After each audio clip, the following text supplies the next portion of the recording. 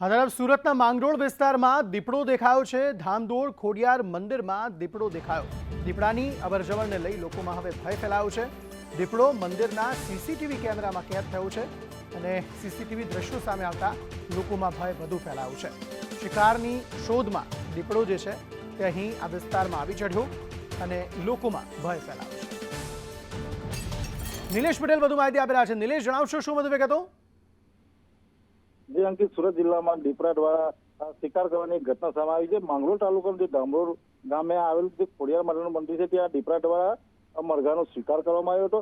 સમગ્ર ઘટના મંદિરમાં લાગેલા સીસીટીવીમાં કેદ છે, જેને લઈને સ્થાનિકોમાં હાલ જે સ્થાનિક વિસ્તારમાં દીપડાઓ અવરજવર કરી રહ્યા છે, જેને લઈને લોકોમાં ભયનો માહોલ પણ ફેલાયો છે અને હાલ સમગ્ર મામલે વન વિભાગની ટીમે વધુ તપાસ હાથ ધરી છે। જી, આભાર સમગ્ર માહિતી આપવા માટે।